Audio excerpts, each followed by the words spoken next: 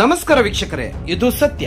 ಕನ್ನಡ ನಟ ದರ್ಶನ್ ತೂಗ್ದೀಪ್ ಅವರನ್ನು ರೇಣುಕಾಚಾರ್ಯ ಸ್ವಾಮಿ ಹತ್ಯೆ ಪ್ರಕರಣದಲ್ಲಿ ಭಾಗಿಯಾಗಿರುವ ಆರೋಪದ ಮೇಲೆ ಬಂಧಿಸಲಾಗಿದೆ. ದರ್ಶನ್ ಜೊತೆ ಸಂಬಂಧ ಹೊಂದಿರುವ ನಟಿ ಪವಿತ್ರ ಗೌಡ ಅವರಿಗೆ ರೇಣುಕಾಚಾರ್ಯ ಸ್ವಾಮಿ ಅಶ್ಲೀಲ ಸಂದೇಶಗಳನ್ನು ಕಳಿಸಿರುವುದು ಪತ್ತೆಯಾದ ನಂತರ ಈ ಬಂಧನ ನಡೆದಿದೆ.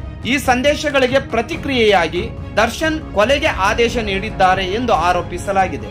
ಪೊಲೀಸರ ತನಿಖೆಯ ನಂತರ ದರ್ಶನ್ನ ಬಂಧನವಾಯಿತು. ವ್ಯಕ್ತಿಯನ್ನು ಎಚ್ಚರಿಸಲು ತನ್ನ ಬಾಡಿಗಾರ್ಡ್ಗೆ ಹೇಳಿದ್ದಾರೆ. ಆದರೆ ಅವನ ಸಾವಿಗೆ ಅವರು ಹೊಣೆಯಲ್ಲ ಎಂದು ನಟ ದರ್ಶನ್ ಒಪ್ಪಿಕೊಂಡಿದ್ದಾರೆ. ರೇಣುಕಾಚಾರ್ಯ ಅವರ ಖಾಸಗಿ ಅಂಗಕ್ಕೆ ಪೆಟ್ಟು ಬಿದ್ದಿದ್ದು ನೋವಿನಿಂದ ಬಳಲಿ ಸಾವನ್ನಪ್ಪಿದ್ದಾರೆ ಎಂದು ವರದಿಗಳು ತಿಳಿಸಿವೆ. ಈ ಘಟನೆಯು ದರ್ಶನ್ ಅವರ ಪ್ರಸ್ತುತ ನಡೆಯುತ್ತಿರುವ ಕಾನೂನು ಮತ್ತು ವೈಯಕ್ತಿಕ ಸಮಸ್ಯೆಗಳನ್ನು ಹೆಚ್ಚಿಸಿದೆ. ಇದರಲ್ಲಿ ಅವರ ಪತ್ನಿ ವಿಜಯಲಕ್ಷ್ಮಿ ಮತ್ತು ಪವಿತ್ರ ಗೌಡ ಒಳಗೊಂಡಿರುವ ಕೌಟುಂಬಿಕ ದೌರ್ಜನ್ಯದ ಹಾಗೂ ಸಾರ್ವಜನಿಕ ಘರ್ಷಣೆಗಳ ಹಿಂದಿನ ಆರೋಪಗಳು ಸೇರಿವೆ.